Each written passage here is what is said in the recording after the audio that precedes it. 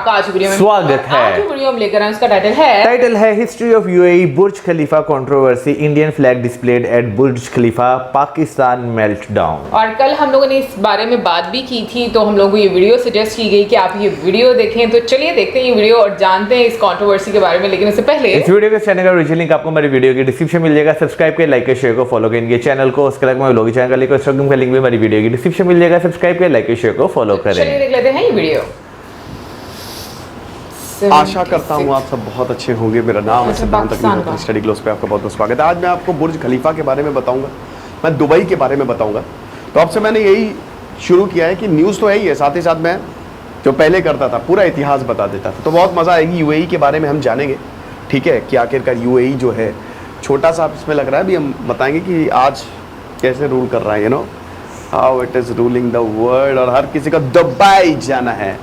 Cell कल रात 12 बजे ख़त्म हो जाएगी बेटा, तो ध्यान रखो कि सेल को ज़रूर यूज़ करो। फ्रीडम कूपन कोड यूज़ करना, साल की सबसे बड़ी सेल है। कल बहुत बच्चों ने मैसेज किया कि प्लीज़ सर 2 दिन और एक्सटेंड कर दीजिए। एक दिन बोला था मैंने, 2 दिन कर दिए। तो कल, आज और कल सेल है, तो टेंशन ना लो। ये सबसे बेहतरीन कॉम्बो, स्ट्रेस एडिक्शन और टाइम 60 है ना। तो इस कॉम्बो को आप ज़रूर अवेल करें। 800 रुपये का है और बहुत ही ज़बरदस्त 50 किताबों का रिव्यू है और रिकॉर्डेड लेक्चर्स है। तो भाई देखो, पहले हम न्यूज़ को कवर कर लेते हैं, फिर दुबई पे आते हैं। देखो न्यूज़ ये है कि अभी देखो 14 अगस्त को पाकिस्तान अपना आज़ादी का दिन मनाता है, 15 अगस्त को भारत। कल हमारा आज़ादी का दिन था, तो बुर्ज खलीफा में पूरा जो बुर्ज खलीफा है वो तिरंगे से जो है वो रंग गया, पूरा बुर्ज खलीफा। बुर्ज खलीफा की बात बताऊं तो 2004 में इसको बनाना शुरू किया था, एमआर प्रॉपर्टीज़ ने बनाया और 2010 में ये कंप्लीट हुआ। 828 मीटर की बिल्डिंग, यानी कि 1 किलोमीटर से बस थोड़ा कम। दुनिया की सबसे बड़ी बिल्डिंग है, आपने देखा है, बहुत सारे स्टंट होते रहते हैं। और ये दुबई का लैंडमार्क है, दुबई का नगीना है, दुबई का मुकुट है, क्योंकि बहुत लोग बुर्ज खलीफा देखने आते हैं। तो बुर्ज खलीफा में आज़ादी का दिन, अब 14 अगस्त को सारे पाकिस्तानी गैदर की, उनको लगा कि यहाँ पे जो है वो फ्लैग, मतलब जो पूरा बिल्डिंग है उसका जो कलर है वो जैसा पाकिस्तान के झंडे का कलर है वैसा होगा। ये हुआ ही नहीं। पाकिस्तानी सब गैदर हुए, बहुत सारे पाकिस्तानी इंडियंस वहाँ पे काम करते हैं, तो पाकिस्तानी गैदर्स हुए। तो अब वहाँ पे यही बोला कि बहुत एक पाकिस्तानी औरत थी मोहतरमा, वो कह रही कि यही औकात है हमारी, यही हो रहा है हमारे साथ। फिर पाकिस्तान जिंदाबाद के नारे लगने लगे, वीडियो वायरल हो गया। तो उसके बाद फिर बुर्ज खलीफा ने अपने ऑफिशियल इंस्टाग्राम हैंडल पे बोला कि भाई ऐसा कुछ नहीं है, happy independence day to Pakistan, ये मैसेज लिखा। और अब एक गलती कर दी कि यहाँ पे 76th इंडिपेंडेंस डे लिख दिया, हैप्पी 76th इंडिपेंडेंस डे। तो 76 नहीं, 77th इंडिपेंडेंस डे भैया। तो अब ये कंट्रोवर्सी हो रही है कि क्या इन्होंने पिछला वाला वीडियो चला दिया है, क्या वाकई में ऐसा हुआ। अब इसी दौरान कल 15 अगस्त है, अच्छा, भारत का तिरंगा जो है उन्होंने पूरा लहरा दिया पूरी बिल्डिंग में, यू नो, ट्राई कलर। तो अब उसमें लिखा कि long live UAE and India friendship, happy independence day. तो इसमें काफी ज्यादा बवाल भी हुआ है, काफी कंट्रोवर्सी भी हुई है। पाकिस्तान कह के हमारे साथ ऐसा क्यों सलूक किया जा रहा है। हालांकि पाकिस्तान इसलिए नहीं, पाकिस्तान को इसलिए गुस्सा आ रहा है कि हमारा झंडा क्यों नहीं यहाँ पे लहराया गया, या हमारे झंडे को क्यों नहीं दिखाया गया। बाद में बुर्ज खलीफा ने जब बहुत ज्यादा तूल पकड़ा इस बात ने, तब जाके बुर्ज खलीफा ने इसको बोला कि भाई देखो, ठीक है, ये है तुम्हारा झंडा, लेकिन अगेन 76 इंडिपेंडेंस डे। तो अब बोला कि टाइपिंग एरर हो गई है, जो भी है पता नहीं है, पर इसको लेके काफी ज्यादा कंट्रोवर्सी हुई, अब शांत हो गई है। बट फिलहाल भारत के तिरंगे को उन्होंने प्रॉपरली बहुत बढ़िया तरीके से पूरा बिल्डिंग जो है वो तिरंगामयी हो गया। अच्छा, चलो हम दुबई के बारे में जानते हैं, यूएई के बारे में जानते हैं, यूनाइटेड अरब अमीरात, है ना। एक बहुत बहुत बहुत ही इंपॉर्टेंट देश। ये जो देश है, आपको जान के हैरानी होगी कि यहाँ पे ऑयल जो है, ऑयल, ये ऑयल बेस्ड इकोनॉमी नहीं है। ऑयल तो खाली 1% कंट्रीब्यूट करते हैं, यहाँ तेल ज्यादा निकलता ही नहीं है। यहाँ मेन टूरिज्म, बहुत भयानक टूरिज्म है, पोर्ट्स, इन सब से पैसा कमाता है बिजनेस। आपको बता दूं कि यूएई में अगर आप पैदा हुए तो आप पैदाइशी अमीर हैं, क्योंकि अगर आप यूएई के सिटीजन हैं, अगर आप वहां के नागरिक हैं, तो आपको फ्री हेल्थ, फ्री एजुकेशन सरकार की तरफ से 1-1.5 लाख रुपए, बहुत प्रॉपर्टी है, प्रॉपर्टी मिल जाएगी, प्रॉपर्टी नहीं है प्रॉपर्टी ले लो। आप समझो कि यूएई में अगर पैदा हुए ना, दुबई की अगर नागरिकता मिल गई तो समझ लो कि वारे न्यारे हो गए तुम्हारे। ऐसा देश है ये। तो ये देश जो है बेसिकली अगर आप देखोगे तो आपको दिखेगा भी नहीं। गल्फ कंट्री का एक बहुत ही इंपॉर्टेंट छोटा सा देश। अरे किधर चला गया यार, हाँ ये देखो, ये दिख रहा है, मतलब आपको दिख बहुत, ये ठीक है, यहाँ पे बहुत ही छोटा सा देश है, सऊदी अरब तो बड़ा है, ये है यूएई। अच्छा, इसका नाम है यूनाइटेड अरब अमीरात। यूनाइटेड अरब, देखो नाम देखो, यूनाइटेड अरब अमीरात। देखो 1820 से पहले, है ना, ये जो देश है ना, ये शेख रूल किया करते थे, ठीक है, शेख से जो है वो रूल किया करते थे, और ये पूरा का पूरा एरिया बटा था। ये तो मछुआरों का प्रदेश था, आपको बता दूं कि यहाँ पे मछुआरे रहते थे, बहुत एकदम डेवलपमेंट था, रेतीला इलाका था। फिर ब्रिटिश आया, ब्रिटिश, फ्रांस, इन सब ने इंटरेस्ट लिया, और ब्रिटिश ने बोला कि चलो कोई बात नहीं, ये स्ट्रैटेजिक लोकेशन है और हम यहाँ से अपने शिप्स को भेजेंगे, ट्रेड करेंगे, तुम देख लेना तुम्हारा क्या हो सकता है, हम तुमको प्रोटेक्शन देंगे। मान गए, बहुत अच्छी बात है, मतलब हम आपको प्रोटेक्शन देंगे, आप हमको पैसे दीजिएगा। लेकिन हम ये देखते हैं कि धीमे धीमे चीज़ें बदलने लगी। अब प्रॉब्लम ये थी कि तेल यहाँ नहीं मिला, तेल यहाँ उतनी मात्रा में मिला ही नहीं यूएई में जितना मिला, अगल बगल तो तेल निकल रहा था, लेकिन यहाँ पे तेल नहीं निकल रहा था। तो अब क्या किया जाए? अच्छा, ब्रिटिश फ्रांस, भाई देखो, जब 1945 में वर्ल्ड वॉर 2 खत्म होता है, तो जो भी चीज़ें थी, अब ब्रिटिश फ्रांस ने बोला कि भाई हटाओ इन सबको, ठीक है, क्योंकि देखो हम पैसा वैसा तो अब नहीं दे सकते, बेकार में हमारा इस देश पे पैसा जा रहा है, क्योंकि हमको यहाँ पे भाई हमको रिटर्न तो आ नहीं रहा, ना हमको तेल मिल रहा है ना कुछ मिल रहा है। भाई देखो, वेस्ट का कंसेप्ट क्या है? वेस्ट का कंसेप्ट ये है कि हम हथियार बेचेंगे, हम अपनी चीजें बेचेंगे, बदले में तुम हमको तेल दो, तो तेल तो मिल नहीं रहा है, ऊपर से हमारा खर्चा जा रहा है। तो 1968 में ब्रिटिश जो है वो चला गया, ठीक है, मतलब ब्रिटेन ने ये बोला कि भाई ऐसा है, अब तुम लोग अपना देख लो और हम जो हैं वो हम जा रहे हैं यहाँ से। अब इसी दौरान दोस्तों, यहाँ के सबसे बड़े, मतलब देखिए क्या होता है ना, जो लीडर्स होते हैं, लीडर्स जो हैं वो कमाल करते हैं। 7 परिवार थे जो काफी अमीर थे। आपको एक चीज बताता हूं, यहां पे यूएई आपको दिख रहा है, यूनाइटेड अरब अमीरात, लेकिन ये 7 बटा है।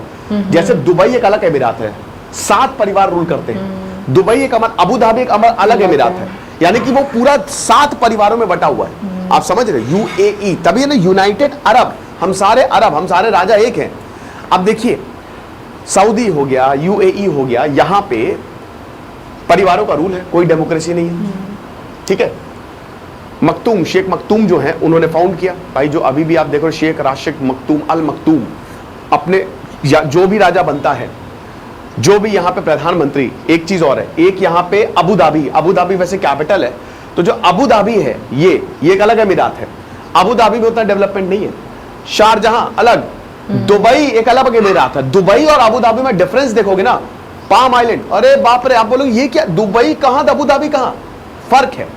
दुबई का जो लीडर है, ये पूरा सब वो प्राइम मिनिस्टर बनेगा और अबू धाबी से प्रेसिडेंट आएगा, ठीक है। और ये देखिए डिपेंड करता है, भले ही यहां पे एक ही है, यूएई एक है, लेकिन फिर भी कहते हैं ना कि जैसे आप तमिलनाडु को देख लीजिए, तमिलनाडु जो है वो काफी डेवलप्ड है उत्तर प्रदेश के मुकाबले, तो वही हिसाब किताब है, लीडर्स पे बहुत कुछ डिपेंड करता है। 1958 में एक ऐसे लीडर आए, शेख राशिद, जिन्होंने पूरे दुबई को बदल के रख दिया, पूरे यूएई को बदल के रख दिया। 1971 ये सब के सब एक हो गए और यूएई की स्थापना होती है। तेल मिला, लेकिन शेख राशिद ने यहाँ पे पोर्ट्स बनाए, यहाँ पे इन्होंने पोर्ट्स बना दिए शेख राशिद ने, और जो पोर्ट्स बनाने शुरू किए, भाई शेख राशिद का सीधा सीधा हिसाब किताब था, ये काम यहाँ से शिप्स आते हैं, ठीक है, और अगर यहाँ पे शिप्स आ रहे हैं तो जाहिर सी बात है जहां से शिप्स जाएंगे और अगर वो कहीं पर रुक गए तो वो एरिया अपने आप डेवलप हो जाएगा। शेख राशिद को पता था, 1958 में उनको पता चल गया था कि देखो अबू धाबी में या यूएई में, या मतलब ये जो पूरा का पूरा एरिया है, ठीक है, यहाँ कुछ नहीं है, बस रेत ही रेत है, और अगर हमको उसको डेवलप करना है तो हमको बहुत काम करना पड़ेगा। अब यहाँ पे इन्होंने डेवलप करना शुरू किया, बहुत पैसे लगाए इन्होंने, बहुत पैसे। इनका मजाक उड़ता था कि पागल हो गए ये, पागल, दिमाग सटक गया इसका, इतना पैसे लगा रहे, इसको मिल क्या रहा, कुछ नहीं मिल रहा है यहाँ पे। लेकिन ये लगाते गए पैसे। तेल कहते भाई तेल से हम सस्टेन ही नहीं कर पाएंगे, बाद में हम खत्म हो जाएंगे। तेल छोड़ो, जो सबसे मेन चीज है यहाँ के पोर्ट्स, उनको डेवलप करो। तो तेल हटाओ, तेल निकालने दो जो निकाल रहा है, हम दूसरों का तेल निकालेंगे। तो इन्होंने यहाँ पे पोर्ट्स जो है वो डेवलप किए, बहुत ही इंपॉर्टेंट, ठीक है। अब उसके बाद जब इन्होंने पोर्ट्स डेवलप किए, पोर्ट्स को चौड़ा किया, बहुत यहाँ पे चौड़ा कर दिया। एक तो यहाँ पे जेबेल है और एक और पोर्ट है, मैं नाम भूल रहा हूँ थोड़ा सा, 2 पोर्ट बहुत इंपॉर्टेंट है यहाँ पे। तो जब इन्होंने इन 2 पोर्ट्स को बनाया तो अब ये पोर्ट चौड़ा किया, तो बड़े शिप्स भी यहाँ पे रुकने लगे। तो जब बड़े शिप्स यहाँ पे रुकने लगे भाई, तो कमाल हो गया पूरा। भाई जाहिर सी बात है ना कि जैसे आप देखो कि अगर मान लो कि शिमला को एक शहर बना दिया, ठीक है, तो कितने लोगों को रोजगार मिला, वो पूरा डेवलप हो गया है। टाटा नगर है ना, जमशेदपुर जो है वहां पे इंडस्ट्री डाल दी, वो पूरे एरिया का डेवलपमेंट हो गया। तो हाईवे अगर कहीं से जाता है या रेलवे स्टेशन, कोई बहुत बड़ा रेलवे स्टेशन है, तो वो पूरा का पूरा एरिया डेवलप हो जाता है। तो ऐसा ही हुआ, यहां पे पोर्ट्स आए, शिप आते थे, शिप उतरते थे, ऊपर से इन्होंने बोल दिया शिप पे हम कोई टैक्स नहीं लेंगे। तो जो रूट था सब यही यूज करने लगे। भाई देखो, वेस्ट को चाहिए पैसा, उन्होंने कहा भाई जब यहां पे कोई टैक्स वैक्स लग ही नहीं रहा है तो इसी को यूज करो, और खूब इंफ्रास्ट्रक्चर बनाया इन्होंने। शेख राशिद ने खूब पैसा तो कब सब इनके लिए इंतजाम कर दिया, बस खेल खत्म। भर भर के यहां पे इन्वेस्टमेंट आया। उसके बाद आपको बता दूं कि दुबई में बाद में तो इन्होंने सब फी फ्री कर दिया, मतलब टैक्स वैक्स एकदम बंद। इन्होंने कहा कि टूरिज्म, एक तो पोर्ट से खूब पैसा कमाया, दूसरा टूरिज्म से पैसा कमाया कि बढ़ाओ टूरिज्म। जो पोर्ट से पैसा आया, इन्वेस्टमेंट आया, टूरिज्म पे लगा दिया इन्होंने कहा कि ये खूब, भाई इन्होंने समुद्र में भर भर के रेत आइलैंड्स बना दिए। पाम जुमेरा आइलैंड जो है कितना सुंदर है, अरबों रुपए लोग घूमने जाते हैं। उन्होंने कहा कि एक बार दुबई कोई आएगा दोबारा वापस ना जाए, इतना पैसा डाल दो, इतना पैसा डाल दो। टूरिज्म पे भयानक पैसा खर्च किया, दुबई का पूरा कायाकल्प बदल के रख दिया इन्होंने, पूरा यूएई बहुत खूबसूरत, स्पेशली दुबई। ठीक है, अब इनके बेटे जब अभी जो शेख राशिद अल मखदूम है वो भी यही कर रहे हैं, उन्होंने भी इस लेगेसी को लगातार कंटिन्यू किया हुआ है। पानी की प्रॉब्लम उन्होंने सॉल्व कर दी, रेतीला इलाका है, डिसैलिनाइजेशन। उसके बाद रेत के अंदर, जमीन के अंदर बहुत ज्यादा वाटर है। ये बोलते हैं कि एक ना कभी ना कभी तो यहाँ पे पानी रहा ही होगा ना, अगर रेगिस्तान है तो जमीन के अंदर से वाटर निकाला इन्होंने। पानी का कमाल का काम किया, यहाँ पे पानी वानी वेस्ट कुछ नहीं होता है। यहाँ पे हर कोई पैसा कमाने दुबई जाता है। मैंने क्या बताया, अगर दुबई में आप पैदा हुए तो आप पैदाइशी अमीर। तो खूब टूरिज्म इन्होंने डेवलप किया, और आज हालत ये है कि तेल से इतना पैसा नहीं कमा रहा है, इनका सस्टेनेबल मॉडल है, ये सस्टेन करेंगे। और अभी तो ऐसे ऐसे शहर, ऐसी ऐसी टेक्नोलॉजी बना रहे हैं। अच्छा, ये बाहर के लोगों को बुलाते हैं कि तुम आओ, जिसमें टैलेंट है वो हमारे लिए काम करें, हम यहाँ पे आपको आपके बच्चों को पढ़ाएंगे, आपको जो चाहिए हम आपको देंगे, आप बस अपना मुंह खोलो। यहाँ पे टैक्स वैक्स नहीं लगता, आपको पता है, यहाँ टैक्स नहीं, हेल्थ एजुकेशन सब फ्री। जितने भी स्टार्टअप है सब यहीं पे बने होते हैं, सारे के सारे हेडक्वार्टर इधर चलो, दुबई चलो, और टैक्स ही नहीं लगता है। वहां टैक्स देना ही नहीं आपको। इतनी वेलफेयर स्कीम चलती है, इतनी वेलफेयर क्यों? अब आप वही में देखिए, सबसे बड़ी बात यह है कि डेमोक्रेसी इंपॉर्टेंट है, लेकिन यहां कोई नहीं बोलता। 2011 में अरब स्प्रिंग आया, पूरा गल्फ हिल गया, पूरा अफ्रीका हिल गया, दुबई में कुछ नहीं हुआ, लोग बहुत खुश हैं। मैंने क्या बताया, कोई फर्क ही नहीं पड़ता, डेमोक्रेसी है, कम्युनिज्म है, कुछ नहीं। अगर आप जनता को खुश रख ले रहे हो वो आपको सलाखों में बैठा देगी। यहाँ जनता बहुत खुश है, ठीक है। तो इसीलिए इतनी वेलफेयर स्कीम्स हैं कि कभी डेमोक्रेसी के लिए आवाज भी नहीं उठती कि भाई आप हो तो कोई दिक्कत नहीं, आप ही जो करना है कर लो। और आज दुबई बहुत ज्यादा डेवलप्ड है। भारत को भी, भारत में हमेशा बोलता हूं कि स्टार्टअप्स में भारत को टैक्स कम करना चाहिए। स्टार्टअप पे तो टैक्स लगाओ ही ना, बहुत ज्यादा डिमोटिवेशन, क्योंकि मैं खुद एक स्टार्टअप चला रहा हूं भाई, इतना टैक्स चला जाता है, इससे क्या बहुत डिमोटिवेशन आता है। अगर आप कुछ करना चाहें लोगों के लिए, कुछ सस्ते में निकालना चाहे, फ्री में निकालना चाहे, तो फिर हम कैसे खर्चा चलाएंगे? तो यहाँ पे भारत को ये समझना पड़ेगा कि स्टार्टअप्स को तो एकदम टैक्स फ्री कर दें, शुरुआत 2-3 साल के लिए, जब तक वो प्रॉफिटेबल ना हो। ये चीज है। तो आई होप ये लेक्चर आपको समझ में आया होगा। बाकी बुर्ज खलीफा भी यहाँ पे आपको मिलेगी, सब कुछ बड़ी बड़ी चीजें, भव्य चीजें आपको यहाँ पे देखने को मिलेंगी। लेकिन दुबई ज्यादा डेवलप्ड है, यूएई में सबसे दुबई। अच्छा, कफाला सिस्टम के बारे में बताते हैं। तो कफाला सिस्टम के बारे में बड़ा क्रिटिसिज्म, मॉडर्न स्लेवरी, दुबई को किसने बनाया? दुबई को वर्कर्स ने, लेबर्स ने बनाया। आज भी आप देखे होंगे कि चलो दुबई, तो वर्कर्स लेबरर्स हैं वो दुबई जाते हैं, एजेंट्स हैं इनको दुबई भेजते हैं। लेकिन जैसे ही ये वर्कर्स दुबई जाते हैं, बांग्लादेशी, पाकिस्तानी, इंडियंस, फिलीपींस, सब जगह के वर्कर जाते हैं, इनका पासपोर्ट जब्त कर लिया जाता है। तो बहुत ही खराब सिचुएशन है वहाँ पे, मतलब वर्कर्स की बात करें, कुछ की अच्छी है, कुछ की खराब है, ऐसा है हिसाब किताब। तो कफाला सिस्टम को काफ़ी ज़्यादा क्रिटिसाइज भी किया जाता है, बट अगर देखो ओवरऑल तो दुबई है। तो ये लेक्चर था, आई होप आपको अच्छा लगा होगा, मज़ा आया होगा। और हमारी सेल जो है कल रात 12 बजे तक एक्सटेंड हो गई है। Thank you so much. भाई बुर्ज खलीफा की इस बार जो कंट्रोवर्सी हुई है, वैसे अब तो खैर वो बहुत ज़्यादा दब चुकी है, अब लोग उसके बारे में इतना बात भी नहीं कर रहे, लेकिन ये क्यों हुई है अभी तक नहीं पता चला। और जो है बाद में जो है उस दिन 14 अगस्त की इवनिंग में जो है झंडा लहराया गया, वो भी 76 इंडिपेंडेंस के साथ। तो ये जो है अभी तक नहीं पता कि भाई ऐसा जो है वो क्यों किया गया। लेकिन हाँ, ऑन दी अदर साइड जो है रात के 12 बजे जो है इंडिया का जो तिरंगा है वो वहाँ पर लहरा दिया गया था। बिल्कुल 14 अगस्त हाँ। की रात को।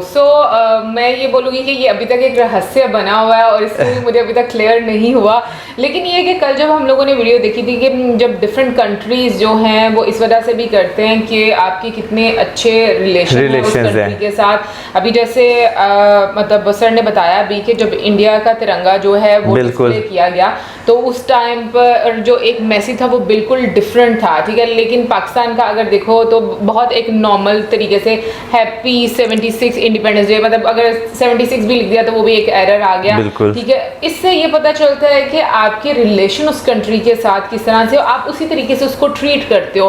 खैर बाकी में मौजूद वाली बात है, ये अब एक कहानी होगी या पास की जिसमें आपको थोड़ी सी कंफ्यूजन भी रहेगी और आपको समझ भी नहीं आएगा कि पता नहीं हुआ क्या था एक्चुअली में। लेकिन अगर किसी को पता है तो डेफिनेटली वो हमारे साथ जरूर शेयर कर सकता है। मैं सिर्फ एक बात पूछना चाहूँगी कि क्योंकि अगर नेक्स्ट डे में किया गया इट मीन्स कि वो प्रेशर में आकर फिर किया गया, क्योंकि अगर इंडिया के तिरंगे की बात करें तो वो 14 अगस्त की रात 12 बजे यानी कि उस टाइम पे डिस्प्ले हुआ। इसका मतलब है कि एक रात पहले ही होता है। बिल्कुल, क्योंकि मोस्टली देखिए हैप्पी न्यू ईयर की अगर बात करें वो भी रात के 12 बजे सेलिब्रेट की जाती है। अगर किसी का बर्थडे जैसे शाहरुख खान सर का था वो भी जो है रात के टाइम ही। जो शाहरुख खान सर है ना वो तो ब्रांड एम्बेसडर है, नहीं ब्रांड एम्बेसडर, लेकिन मैं डिस्प्ले करने की जो है वो बात कर रहा हूँ कि हाँ रात के 12 बजे ही जो है वो ये चीज़ें डिस्प्ले की जाती हैं। खैर दुबई की यहाँ की हिस्ट्री की बात करें तो इसमें कोई शक नहीं कि भाई दुबई ने अगर उसकी ट्रांसफॉर्मेशन की बात करें तो भाई जो उसने एक ट्रांसफॉर्म किया है अपने आप को भाई, यानी कि अगर 50 साल की बात करें ना तो भाई वो काफ़ी ज़्यादा इंस्पायरिंग है। मैं कहूँगा दुनिया में 2 कंट्री अगर डेवलपमेंट के लिहाज से देखा जाए, एक दुबई और एक सिंगापुर। आप लिटरली देखकर जो है ना हैरान होते हैं कि उन्होंने अपने आप को किस तरह ट्रांसफॉर्म कर दिया हुआ है। इस चीज से भी एग्री करूंगी कि जनता खुश होनी चाहिए, फिर उसको किसी चीज से लेना देना नहीं हो, जो मर्जी रूल करे। और ये मैंने चीजें वाकई में सुनी थी कि लाइक वहां पर हेल्थ जो है वो आपको फ्री में मिलती है। लाइक जो वहां के सिटीजन है, एक तो वो किसी आउटसाइडर को सिटीजनशिप नहीं देते। अब तो वैसे गोल्डन वीजा शुरू किया हुआ है उन्होंने, लेकिन वो 10 इयर्स का है ना लेकिन सिटीजनशिप, और उसके लिए भी आपको कितना अमीर होना पड़ेगा, मतलब इतना अमीर कैसे हो भाई। सही बात है। फिर उसके बाद आप देखो इवन कि मैंने ये भी सुना था कि अगर जैसे आपने शादी करनी है और आपको आपके पास घर नहीं है तो वो आपको जगह देते हैं भाई घर के लिए, तो वो भी फ्री में। वैसे मेरा ख्याल है कि वहाँ पे अगर कोई आउटसाइडर जो है वहाँ की किसी मर्द या महिला के साथ भी शादी करता है तो उसे भी पता नहीं नेशनलिटी शायद नहीं देते यूएई वाले, क्योंकि काफी स्ट्रिक्ट पॉलिसीज हैं यूएई की। क्योंकि मैंने कुछ लोग देखे हैं इस तरह के कि भाई हाँ जो बच्चे आगे से पैदा होते हैं उनको मिल जाती है, लेकिन जो पेरेंट होता है ना बेशक वो मेल है या फीमेल है उनमें से नहीं मिलती किसी को भी। ओके, सो एक और चीज जो मैंने रिसेंटली देखी थी और वो आई थिंक अबू धाबी की थी और मुझे बहुत अच्छा लगा वो कि जो वर्कर्स को लेकर के हो सकता है कि विद टाइम जो है वो चेंज है, क्योंकि कफाला सिस्टम ऐसा है कि जो वाकई में थोड़ा स्लेवरी टाइप, थोड़ा नहीं वैसे वाकई में स्लेवरी टाइप है काफी ज्यादा। सो जो सऊदी अरेबिया है वो तो इसमें अब काफी ज्यादा चेंज लेकर आ रहा है कि वो कफाला सिस्टम जो है वो खत्म कर रहा है। और अगर बहरीन की बात करें तो वो वहां पर ऑलरेडी खत्म हो चुका, वहां पर तो डायरेक्ट गवर्नमेंट के साथ आपका एक लिंक रहता है। लेकिन यहाँ पर मैं एक बात बस बोलना चाहती हूँ कि एक चीज जो मुझे चली कि ये लोग वक्त के साथ साथ ना थोड़ा बेहतर होते हैं। किस तरीके से मैंने भी रिसेंटली एक वीडियो देखी जहां पर आई थिंक अबू धाबी की थी कि वर्कर्स के लिए जो लेबर लोग हैं स्पेशली उस क्लास के लिए पानी, जूसेस, आइसक्रीम, इसके लिए एक उन्होंने अलग से जहां पर वर्कर्स काम कर रहे हैं ना वहां पर एक जैसे फूड ट्रक होता है उसका अरेंज किया जो कि फ्री में उनको ये सब चीजें देता है। तो इस तरीके से लोग ऑब्वियसली ज्यादा विलिंग होंगे काम करने के लिए, हमारा ख्याल रखा जा रहा है। भाई देखें एक एक कंट्री जो है ना जब आप वहाँ पर जाते हैं रहने के लिए या काम करने के लिए तो वहाँ पे जो है ना सबसे पहले आप ढूंढते हैं वहाँ पे अपॉर्चुनिटीज आपको कितनी मिलती है, वहाँ पे आपका रहन सहन जो है वो कैसा होगा। ऑन दी अदर साइड भाई गवर्नमेंट्स पे भी जो है बहुत ज़्यादा डिपेंड करता है कि वो किस तरह ट्रीट करती है। लेकिन भाई अरब कंट्रीज़ की अब अगर बात की जाए ना तो अब आकर जो है ना उनकी एक आप कह लें कि जो अप्रोच जो है वो डिफरेंट होती जा रही है। क्योंकि अगर देखा जाए तो कुछ अरसा पहले जो है उन्हें यही था, खासतौर पर सऊदी अरब या ओमान जहाँ से तेल ज़्यादा निकलता है कि भाई ऑयल बेस्ड इकोनॉमीज जो हैं उन्होंने बनाई हुई थी। लेकिन दुबई जो है वो काफ़ी डिफरेंट तरीके से चला। अब जो है बाकी कंट्रीज़ भी खासतौर पर अगर आप सऊदीया की भी बात करें तो वो उसकी भी अप्रोच आपको जो है वो डिफरेंट नज़र अब आ रही है। वो भी अब क्योंकि कहीं ना कहीं तो भाई लीडर्स को ये विजन हो जाता है कि आने वाले टाइम में भाई ऑयल की कितनी ज़्यादा डिमांड रहेगी, क्योंकि बहुत सारे कंट्रीज कंट्रीज़ ऐसे हैं, जैसे इंडिया की बात करें, यूरोपियन यूनियन की बात करें, वेस्ट की बात करें, चाइना की बात करें, तो ये इलेक्ट्रिक व्हीकल्स की तरफ या ऐसे जो है अल्टरनेटिव रिसोर्सेज की तरफ जा रहे हैं जहाँ पे ऑयल का जो है कम से कम इस्तेमाल हो। तो ये विजन रखना और अपने आप को जो है वो बदलना शुरू कर देना, मेरा ख्याल है भाई ये भी एक बहुत इंपॉर्टेंट चीज़ है कि टाइम रहते जो है ना आप उस टाइम के साथ ढल रहे हैं। लेकिन मैं दुबई के जो लीडर हैं, जो उनकी लीडरशिप है, उनको मैं कहूँगी वाकई में वो विजनरी लीडर हैं। जिस तरह से मतलब एक हिस्ट्री बताई गई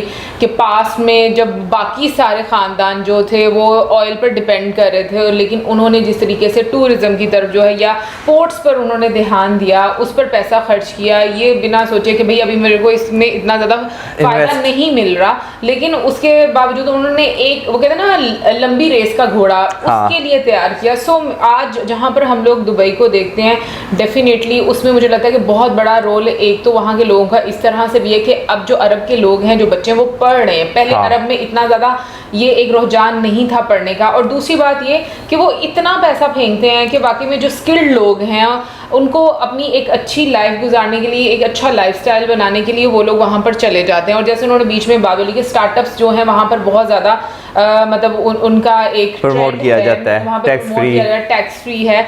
सो ये एक बहुत बड़ा एज होता है उन लोगों के लिए कि भाई हमें कहीं पर तो छूट मिल रही है, अगर हमें बहुत प्रॉफिट नहीं हो रहा तो एटलीस्ट हम लोग को पे तो नहीं ना करना पड़ रहा। यार देखें, जो क्या नाम लेते हैं बिजनेसमैन होता है ना, वो हमेशा एक चीज़ है वो देखते हैं कि उसे ज़्यादा से ज़्यादा प्रॉफिट जो है वो किस कंट्री में हो सकता है। अगर हम सिंगापुर की बात करें, हमें बहुत ज़्यादा स्टार्टअप्स के ऑफिस वहाँ पर भी देखने को मिले। और जैसे आप दुबई की बात करते हैं, दुबई भी क्योंकि टैक्स फ्री है, वहाँ पर आपको टैक्स नहीं देना पड़ता, खासतौर पर अगर जो आप कमाते हैं वो 100% आप रखते हैं, ठीक है ना। तो ये सबसे बड़ी भाई एक खुशी होती है कि जितना आपने कमाया वो आपकी जेब में, ये नहीं कि उसमें से 16%, 10% इतना जो है आपने गवर्नमेंट को जो है वो टैक्स दे दिया। मे बी आफ्टर मतलब लाइक 3-4 इयर्स और जब हो जाए टैक्स फ्री, बिल्कुल टैक्स फ्री, आपकी इनकम पे टैक्स ही नहीं है।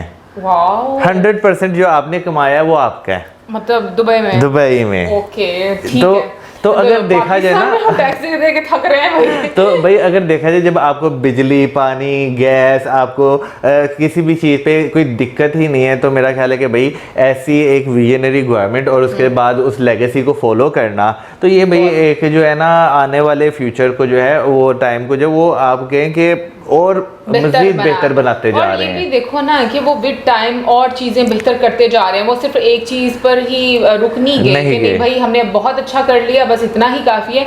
वो और ज़्यादा, जैसे हम लोगों ने देखा था एक वीडियो में, प्रशांत सर की वीडियो थी जिसमें वो जो इंडिया की यूनिवर्सिटी जो है वो अब दुबई में जो है वो IIT एग्जैक्टली वो स्टार्ट होंगी। तो देखो किस तरीके से वो एक तरह से आउटसोर्स करते हैं चीज़ों को। तो मुझे लगता है कि ये भी एक सीखने वाली चीज़ है, जहाँ पर लोग डेवलप करते हैं, डेवलपमेंट होती है, वहाँ से मुझे लगता है सीखना चाहिए। बट पता नहीं, समझ नहीं आती हमारी गवर्नमेंट क्यों नहीं सीखती। लाइक इतने साल हो गए हैं, अब तो उन्होंने 50 सालों में इतना कुछ बना लिया और इतना कुछ सीख लिया। जिन्होंने काम करना होता वो तो कर ही लेते हैं, और हम लोग 50 सालों में 50 साल पीछे चलते जा रहे हैं। तो ऐसा ही होता जा रहा है। एनीवे गाइस, आप ज़रूर बताइए कमेंट सेक्शन में आप में से कौन कौन दुबई विजिट किया है, या दुबई किसको अच्छा लगता है या बिल्कुल अच्छा नहीं लगता, या आपको दुबई के कौन सी ऐसी चीज़ें जो पसंद नहीं आती, ज़रूर हमारे साथ शेयर कीजिएगा कमेंट सेक्शन में। और ये भी ज़रूर बताइएगा कि आप में से कौन कौन लोग इन फ्यूचर चाहते हैं कि मतलब जिस तरह से एक दुबई का सिस्टम है अभी टैक्स फ्री, क्या वो हमारे देशों में हो, हमारे देशों में भी हो। मौसम डरा दिया, मैंने कहा पता नहीं क्या क्या है। मतलब हमारे देशों में भी उस तरह का सिस्टम जो है वो होना चाहिए या नहीं होना चाहिए, या हम लोग ऐसे सर्वाइव होना चाहिए। यार देखो, उसके लिए बहुत ज़्यादा मेहनत करनी पड़ेगी लोगों को। तो मुझे ये नहीं पता कि दुबई का अभी से या फिर वो स्टार्टिंग में उन्होंने टैक्स फ्री किया हुआ था, मतलब बिल्कुल। हाँ, ये मुझे भी नहीं आइडिया, ये भी क्योंकि हमें पता नहीं है। जरूर बताइएगा हम लोगों को कमेंट सेक्शन में। और इसी साथ में like, subscribe, share. Good bye.